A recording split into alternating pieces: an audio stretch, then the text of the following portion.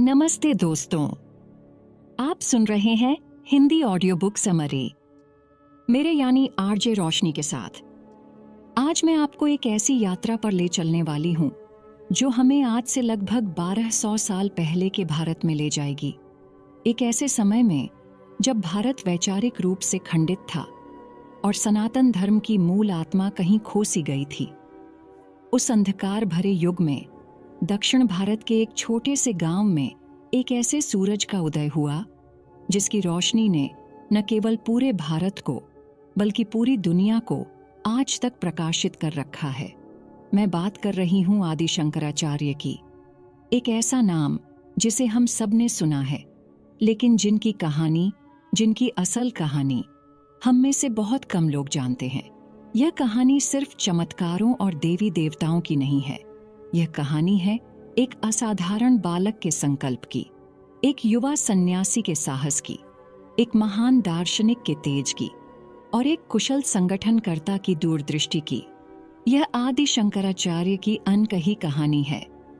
तो आइए मेरे साथ चलिए और पन्ना दर पन्ना खोलते हैं उस महान जीवन की किताब को, जिसने केवल 32 साल की छोटी सी उम्र में वो कर दिखाया जो सदियां भी नहीं कर पाती।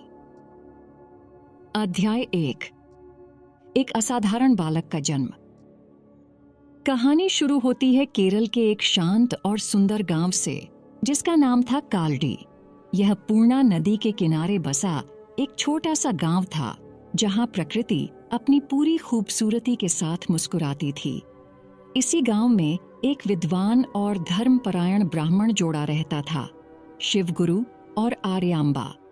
उनके जीवन में सब कुछ था, सम्मान, ज्ञान, संतोष, लेकिन एक कमी थी, एक सूनापन था। उनके आंगन में बच्चे की किलकारी नहीं गूंजी थी। संतान की चाह में दोनों ने भगवान शिव की कठोर तपस्या करने का फैसला किया। वे पास के त्रिशूर में स्थित वड़क्कुनाथन मंदिर गए और दिन रात भगवान की आराधना में लीन हो गए। उनकी भक्ति और तपस्या से प्रसन्न होकर भगवान शिव ने उन्हें सपने में दर्शन दिए। भगवान ने उनसे पूछा, तुम्हें कैसा पुत्र चाहिए? एक ऐसा पुत्र जो सर्वज्ञ हो, महान हो, जिसकी कीर्ति युगों युगों तक फैले लेकिन उसकी आयु कम हो, या कई ऐसे पुत्र जो साधारण हों और लंबी आयु जिए? शिवगुरु और आर्यांबा ने बिना एक पल भी सोचे एक अल्पायु लेकिन सर्वज्ञ और यशस्वी पुत्र की कामना की। भगवान शिव ने उन्हें तथास्तु कहा। समय आने पर आर्यांबा ने एक ऐसे बालक को जन्म दिया जिसके चेहरे पर अलौकिक तेज था। माता पिता ने बड़े प्यार से उसका नाम शंकर रखा, जो स्वयं भगवान शिव का ही एक नाम था। शंकर बचपन से ही किसी साधारण बालक जैसे नहीं थे। उनकी बुद्धि इतनी तेज थी कि जो बातें सीखने में दूसरे बच्चों को सालों लग जाते, वो उन्हें पल भर में समझ लेते थे। कहते हैं केवल 1 साल की उम्र में ही वे संस्कृत के श्लोक समझने लगे थे। 3 साल की उम्र तक उन्होंने कई पुराणों और काव्यों का अध्ययन कर लिया था। जब उनके पिता शिवगुरु का देहांत हुआ तब शंकर केवल 5 साल के थे। इतनी छोटी सी उम्र में पिता को खो देने का दुख बड़ा गहरा था, लेकिन शंकर ने अपनी माँ आर्यांबा को हिम्मत बंधाई। 8 साल की उम्र में जब उनका यज्ञोपवीत संस्कार हुआ तो वे वेदों के अध्ययन के लिए गुरुकुल गए। वहां भी उनकी प्रतिभा ने सबको हैरान कर दिया। कुछ ही महीनों में उन्होंने चारों वेदों, वेदांगों, शास्त्रों और पुराणों में महारत हासिल कर ली। वे सिर्फ पढ़ते नहीं थे बल्कि हर ज्ञान के सार को आत्मसात कर लेते थे। लेकिन शंकर का मन सिर्फ किताबी ज्ञान में नहीं लगता था। उनके अंदर एक गहरी खोज थी। ये जीवन क्या है? ये दुनिया क्या है? मैं कौन हूं? इन सवालों के जवाब उन्हें सांसारिक जीवन में नहीं मिल रहे थे। उनके मन में वैराग्य और संन्यास के बीज अंकुरित होने लगे थे। वे जानते थे कि इन सवालों के जवाब के लिए उन्हें घर बार छोड़कर एक गुरु की तलाश में निकलना होगा। लेकिन उनकी माँ आर्यांबा इसके लिए बिल्कुल तैयार नहीं थीं। पति को खोने के बाद शंकर ही उनके जीवन का एकमात्र सहारा थे। वे अपने इकलौते बेटे को खुद से दूर कैसे जाने दे सकती थीं? शंकर ने अपनी माँ को बहुत समझाया, लेकिन वे नहीं मानी। फिर एक दिन एक ऐसी घटना घटी जिसने सब कुछ बदल दिया। शंकर अपनी माँ के साथ पूर्णा नदी में स्नान करने गए थे। अचानक एक मगरमच्छ ने शंकर का पैर पकड़ लिया और उन्हें पानी के अंदर खींचने लगा। आर्यांबा किनारे पर खड़ी असहाय होकर चिल्ला रही थीं। शंकर ने अपनी माँ से कहा, माँ, ये मगरमच्छ मुझे तभी छोड़ेगा जब तुम मुझे संन्यास लेने की आज्ञा दोगी। ये मेरा अंतिम समय है। मुझे इस जीवन में नहीं तो अगले जीवन में संन्यास लेने दो। एक माँ के लिए इससे बड़ी दुविधा क्या हो सकती थी। एक तरफ बेटे की जान थी, दूसरी तरफ उसे हमेशा के लिए खो देने का डर।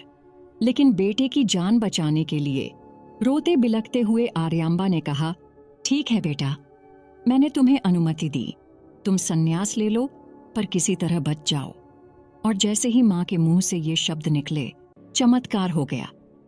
मगरमच्छ ने शंकर का पैर छोड़ दिया और वे तैरकर सुरक्षित किनारे पर आ गए।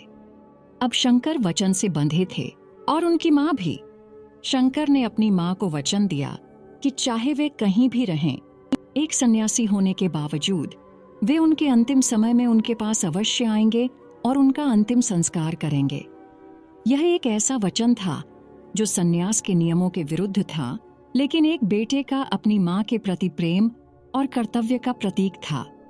और इस तरह केवल 8 साल की उम्र में, ज्ञान की तलाश में, सत्य की खोज में, वो असाधारण बालक शंकर अपनी माँ का आशीर्वाद लेकर घर की देहरी लांघ कर एक अनंत यात्रा पर निकल पड़ा। अध्याय 2, गुरु की तलाश और ज्ञान की प्राप्ति। घर छोड़ने के बाद 8 साल के बालक शंकर के सामने एक ही लक्ष्य था, एक ऐसे गुरु को खोजना जो उनके मन में उठ रहे सवालों के तूफान को शांत कर सके, जो उन्हें अद्वैत के परम सत्य का अनुभव करा सके। उन्होंने अपनी यात्रा उत्तर भारत की ओर शुरू की। केरल के हरे भरे मैदानों से निकलकर वे जंगलों, पहाड़ों, नदियों और गांवों को पार करते हुए आगे बढ़ते रहे। यह यात्रा कई 100 किलोमीटर लंबी और कठिन थी। एक छोटा सा बालक अकेले, बिना किसी सहारे के, बस अपने दृढ़ निश्चय और ज्ञान की प्यास के साथ आगे बढ़ रहा था। कई महीनों की यात्रा के बाद लोगों से पूछते पूछते वे मध्य भारत में नर्मदा नदी के तट पर पहुंचे। उन्हें पता चला था कि यहाँ एक गुफा में एक महान योगी और ज्ञानी गोविंद भगवत्पाद समाधि में लीन रहते हैं। गोविंद भगवत्पाद स्वयं महान अद्वैत वेदांती गौड़पादाचार्य के शिष्य थे। शंकर को विश्वास था कि यही वो गुरु हैं जिनकी उन्हें तलाश है। जब शंकर उस गुफा के पास पहुंचे तो उन्होंने एक अद्भुत दृश्य देखा। नर्मदा नदी में भीषण बाढ़ आई हुई थी और उसका पानी उफनकर गुफा के मुहाने तक पहुंच गया था, जहां गुरुवर गोविंदपाद गहरी समाधि में थे। शंकर को चिंता हुई कि बाढ़ का पानी गुफा में घुसकर गुरु की समाधि को भंग कर सकता है। तब बालक शंकर ने अपने योग बल का प्रयोग किया। उन्होंने वहीं खड़े खड़े एक मंत्र पढ़ा और अपने कमंडलू सन्यासी का जलपात्र को गुफा के मुहाने पर रख दिया। आश्चर्यजनक रूप से बाढ़ का सारा उफनता हुआ पानी उस छोटे से कमंडलू में समाने लगा। नर्मदा शांत हो गई। कुछ समय बाद जब गोविंद भगवत्पाद की समाधि टूटी और वे गुफा से बाहर आए तो उन्होंने इस शांत और तेजस्वी बालक को देखा। उन्होंने पूछा, तुम कौन हो? इस सवाल के जवाब में बालक शंकर ने जो कहा वह केवल एक परिचय नहीं था, बल्कि अद्वैत दर्शन का पूरा सार था। उन्होंने 8 श्लोकों की एक रचना सुनाई जो आज निर्वाण षटकम के नाम से प्रसिद्ध है। उन्होंने कहा, मनोबुद्धि अहंकार चित्तानि नाहम, न च श्रोत्र जिह्वे न च घ्राण नेत्रे, न च व्योम भूमिर्न तेजो न वायु, चिदानंद रूप शिवोहम शिवोहम। यानी मैं मन, बुद्धि, अहंकार या चित्त नहीं हूँ। मैं कान, जीभ, नाक या आंखें भी नहीं हूँ। मैं आकाश, पृथ्वी, अग्नि या वायु भी नहीं हूँ। मैं तो चेतना और आनंद का स्वरूप हूँ। मैं शिव हूँ, मैं शिव हूँ। इस अद्भुत उत्तर को सुनकर गोविंद भगवत्पाद समझ गए कि यह कोई साधारण बालक नहीं है। यह वही शंकर है जिसके जन्म की भविष्यवाणी स्वयं उनके गुरु गौड़पादाचार्य ने की थी। उन्होंने शंकर को गले से लगा लिया और उन्हें अपने शिष्य के रूप में स्वीकार कर लिया। गुरु के सानिध्य में शंकर ने वेदांत के गूढ़ रहस्यों का अध्ययन किया। उन्होंने योग की उच्चतम अवस्थाओं को साधा और समाधि का अनुभव किया। गोविंद भगवत्पाद ने उन्हें अद्वैत वेदांत की पूरी परंपरा और ज्ञान दिया। उन्होंने शंकर को बताया कि कैसे उनके परम गुरु गौड़पादाचार्य ने मांडूक्य उपनिषद पर कारिका लिखकर अद्वैत के सिद्धांत को स्थापित किया था। जब शंकर की शिक्षा पूरी हो गई तो गुरु गोविंद भगवत्पाद ने उन्हें एक महान कार्य सौंपा। उन्होंने कहा, वत्स, अब तुम्हारा ज्ञान पूर्ण हो गया है, लेकिन इस समय पूरा भारत वैचारिक भ्रम में जी रहा है। अलग अलग मत और संप्रदाय आपस में लड़ रहे हैं। कर्मकांड को ही धर्म मान लिया गया है और उपनिषदों का असली ज्ञान लुप्त हो रहा है। तुम्हें काशी जाना है। वहां जाकर ब्रह्म सूत्र, उपनिषदों और गीता पर भाष्य, टीका लिखो और अद्वैत के सत्य को फिर से स्थापित करो। इस खोए हुए ज्ञान का पूरे भारत में प्रचार करो। गुरु की आज्ञा पाकर शंकर ने उन्हें प्रणाम किया। अब उनके जीवन का उद्देश्य स्पष्ट था। वे केवल अपनी मुक्ति के लिए नहीं, बल्कि पूरे समाज के आध्यात्मिक उत्थान के लिए काम करने वाले थे। गुरु के आशीर्वाद के साथ युवा शंकर ज्ञान के एक प्रखर सूर्य के रूप में भारत के सबसे बड़े बौद्धिक और आध्यात्मिक केंद्र काशी की ओर चल पड़े, ताकि वहां से अद्वैत वेदांत की क्रांति का आरंभ कर सकें। अध्याय 3, काशी, ज्ञान की नगरी। गुरु गोविंद भगवत्पाद से आज्ञा लेकर युवा सन्यासी शंकर ज्ञान और वैराग्य की प्रतिमूर्ति बनकर काशी पहुंचे। काशी, जिसे वाराणसी या बनारस भी कहते हैं, उस समय भी भारत की आध्यात्मिक और दार्शनिक राजधानी थी। गंगा के किनारे बसी यह नगरी विद्वानों, पंडितों, साधुओं और जिज्ञासुओं का केंद्र थी। यहाँ हर गली, हर घाट पर शास्त्रार्थ होते थे और ज्ञान की अविरल धारा बहती थी। शंकर ने मणिकर्णिका घाट के पास अपना निवास बनाया। उनकी उम्र भले ही कम थी, लेकिन उनके ज्ञान का तेज इतना प्रखर था कि जल्द ही काशी के बड़े बड़े विद्वान भी उनकी ओर आकर्षित होने लगे। दूर दूर से शिष्य उनके पास आने लगे। यहीं पर उनकी मुलाकात उनके पहले और सबसे प्रमुख शिष्य सनंदन से हुई, जिन्हें बाद में पद्मपादाचार्य के नाम से जाना गया। काशी में रहते हुए शंकर ने अपने गुरु के सबसे महत्वपूर्ण आदेश को पूरा करना शुरू किया।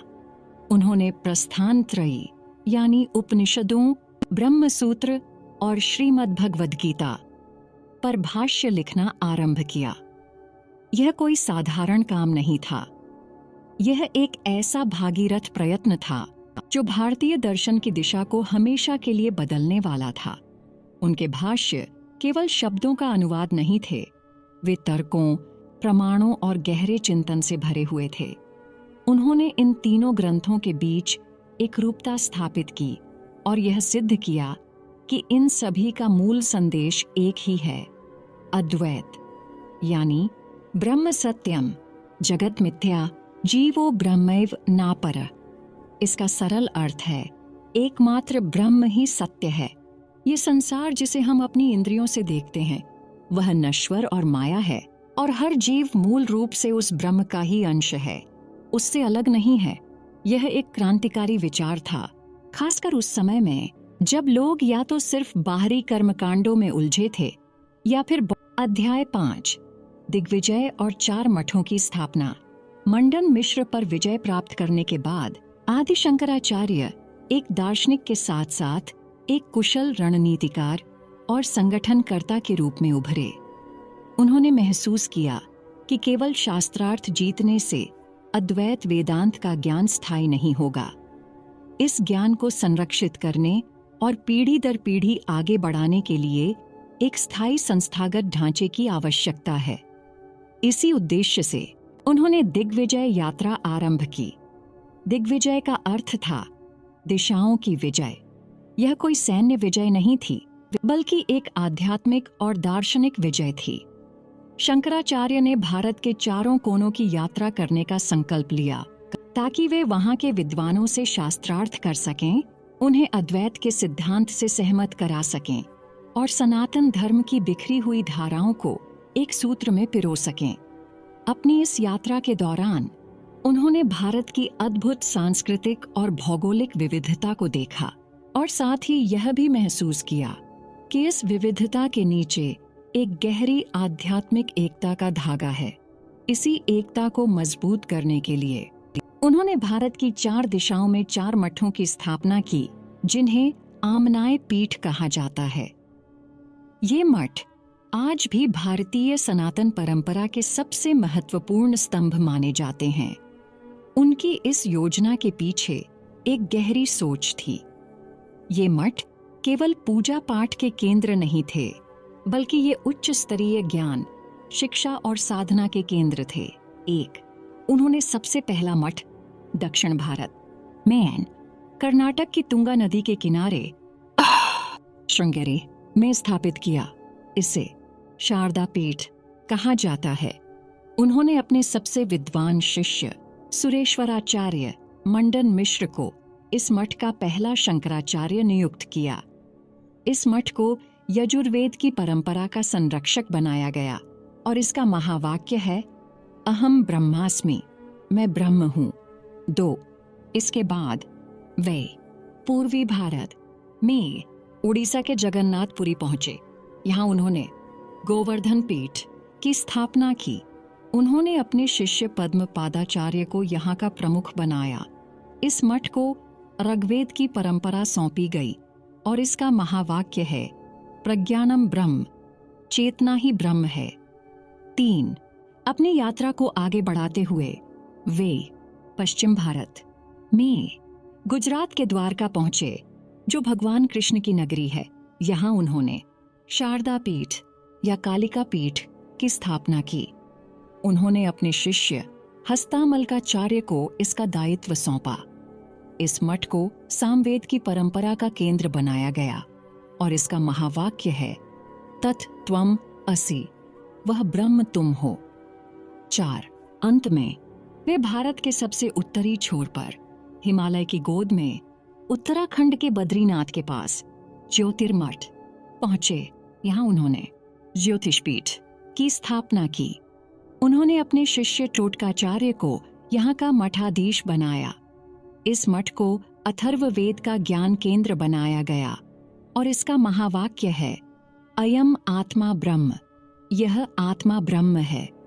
इन 4 मठों की स्थापना केवल एक भौगोलिक विभाजन नहीं था, इसके पीछे कई उद्देश्य थे। ज्ञान का संरक्षण, हर मठ को एक वेद की परंपरा का संरक्षण और प्रचार करने का जिम्मा दिया गया। आध्यात्मिक एकता, इन मठों ने भारत के चारों कोनों को एक आध्यात्मिक सूत्र में बांध दिया। इससे लोगों में यह भावना जगी कि वे एक ही विशाल राष्ट्र और एक ही सनातन धर्म का हिस्सा हैं। सन्यासी परंपरा का संगठन, शंकराचार्य ने सन्यासियों के 10 अलग अलग समूहों जैसे गिरि, पुरी, भारती, वन, सरस्वती आदि को इन 4 मठों के अंतर्गत संगठित किया। इसे दशनामी संप्रदाय कहा जाता है। इससे सन्यासी परंपरा को एक व्यवस्थित और अनुशासित रूप मिला। ये शंकराचार्य की दूरदृष्टि का ही परिणाम था कि ये मठ पिछले 1200 सालों से भी अधिक समय से अद्वैत वेदांत के ज्ञान की मशाल को जलाए हुए हैं। ये मठ आज भी लाखों लोगों के लिए प्रेरणा और मार्गदर्शन के स्रोत हैं। इस प्रकार शंकराचार्य ने केवल दार्शनिक स्तर पर ही नहीं, बल्कि व्यावहारिक धरातल पर भी भारत को एक करने का एक अभूतपूर्व कार्य किया। वे एक सच्चे राष्ट्र निर्माता थे। अध्याय 6, निर्गुण और सगुण, ज्ञान और भक्ति का संतुलन।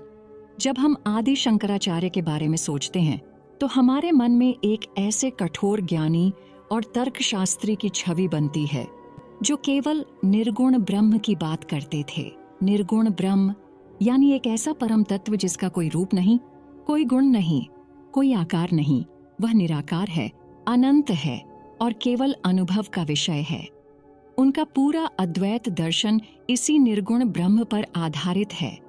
लेकिन फिर एक सवाल उठता है, अगर वे केवल निराकार ब्रह्म को ही मानते थे तो उन्होंने भगवान शिव, विष्णु, देवी शक्ति, गणेश और अन्य देवी देवताओं की स्तुति में इतने सारे सुंदर और भक्ति रस से भरे स्तोत्रों की रचना क्यों की?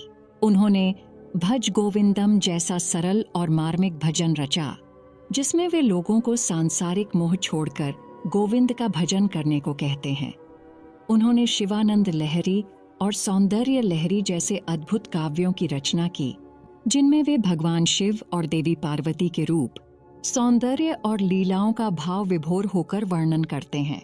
उन्होंने गंगा स्तोत्र, गणेश पंचरत्नम और विष्णु षटपदी जैसे कई स्तोत्र लिखे, जो आज भी करोड़ों हिंदुओं द्वारा हर दिन गाए जाते हैं। यह एक विरोधाभास जैसा लगता है। एक तरफ निराकार, निर्गुण ब्रह्म का दर्शन और दूसरी तरफ साकार, सगुण देवी देवताओं की इतनी गहरी भक्ति। क्या शंकराचार्य की कथनी और करनी में भेद था? इसका उत्तर नहीं है। और इसी उत्तर में शंकराचार्य की महानता और उनकी व्यवहारिक समझ छिपी है। शंकराचार्य ने समझाया कि सत्य या ब्रह्म के दो स्तर हैं। एक है पारमार्थिक सत्य, एब्सोल्यूट रियलिटी। यह परम सत्य है। इस स्तर पर केवल एक ही सत्ता है, निर्गुण ब्रह्म। यहाँ कोई दूसरा नहीं है, न कोई भक्त, न कोई भगवान, न कोई दुनिया। यह अद्वैत की अवस्था है, जिसे केवल ज्ञान मार्ग से, आत्मचिंतन से और समाधि में ही अनुभव किया जा सकता है। यह मंजिल है। दूसरा है व्यावहारिक सत्य, रिलेटिव रियलिटी। यह वह सत्य है जिसे हम अपनी इंद्रियों के माध्यम से अनुभव करते हैं।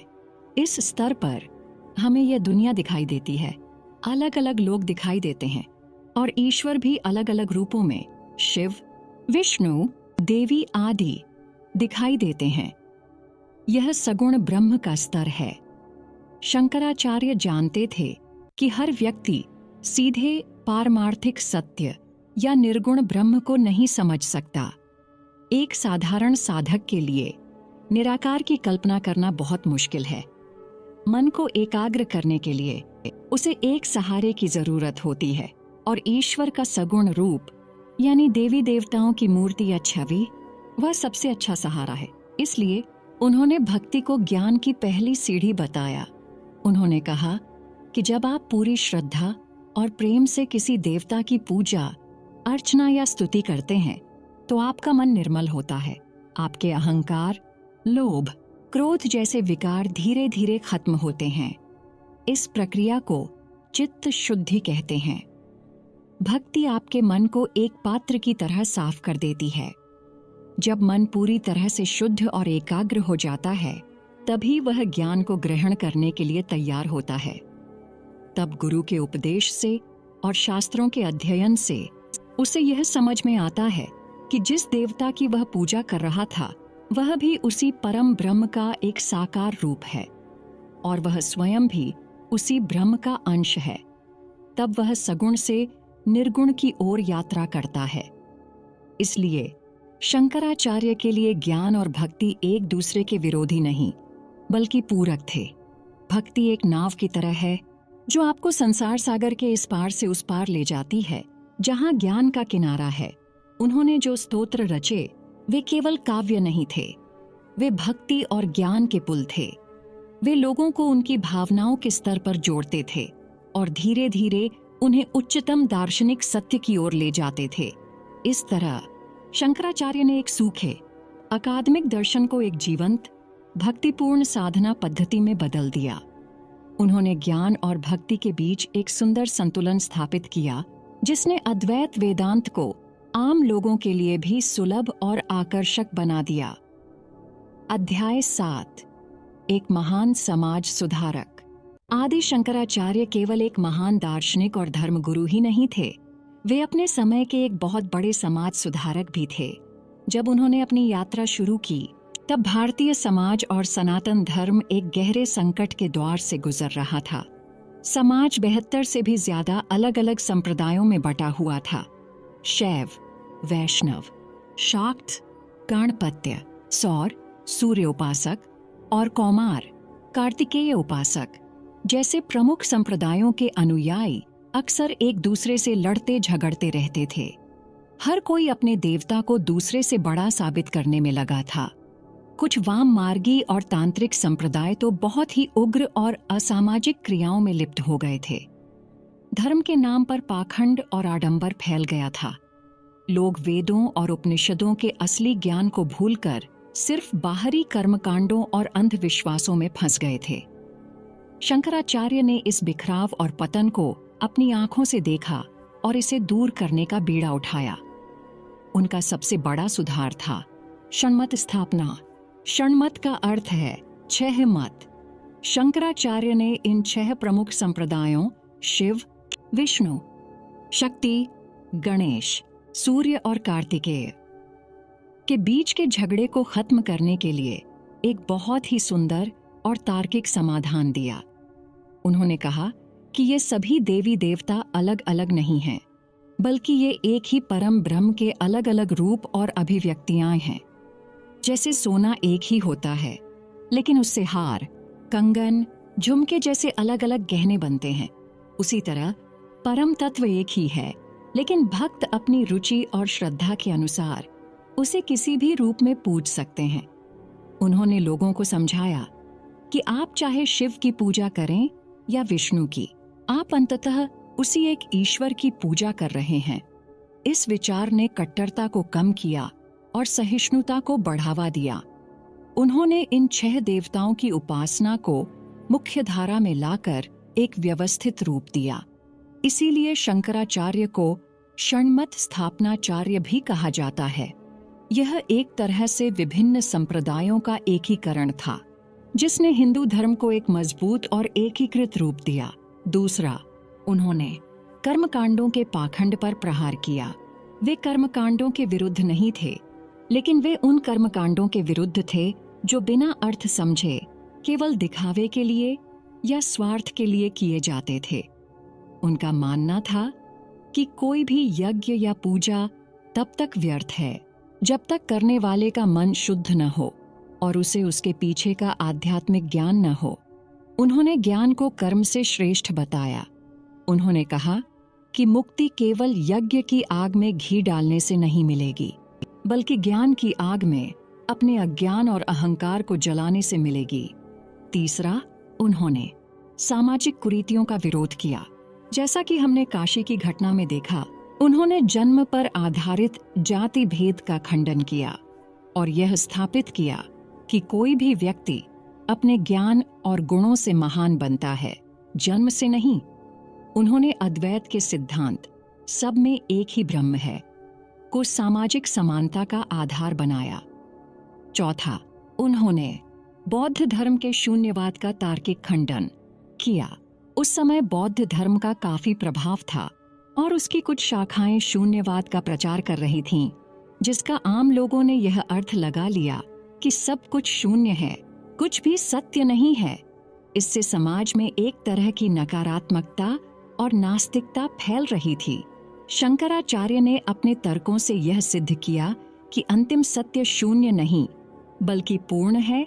वह ब्रह्म है जो सतचित आनंद, अस्तित्व, चेतना और आनंद का स्वरूप है। उन्होंने बौद्ध धर्म को खारिज नहीं किया, बल्कि उसकी दार्शनिक कमियों को दूर कर वैदिक परंपरा को पुनर्जीवित किया। कुछ लोग उन्हें प्रच्छन्न बौद्ध, छिपे हुए बौद्ध भी कहते हैं, क्योंकि उन्होंने बौद्धों की तर्क पद्धति का उपयोग उन्हीं के शून्यवाद को काटने के लिए किया। इन सभी सुधारों के माध्यम से आदि शंकराचार्य ने सनातन धर्म से उसकी गंदगी को साफ किया और उसके शुद्ध, ज्ञान आधारित और एकीकृत स्वरूप को फिर से स्थापित किया।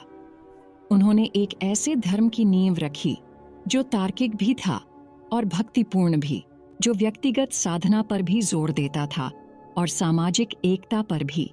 उनका यह योगदान आज भी हिंदू धर्म को दिशा दे रहा है। अध्याय 8, मां से किया वादा और अंतिम यात्रा।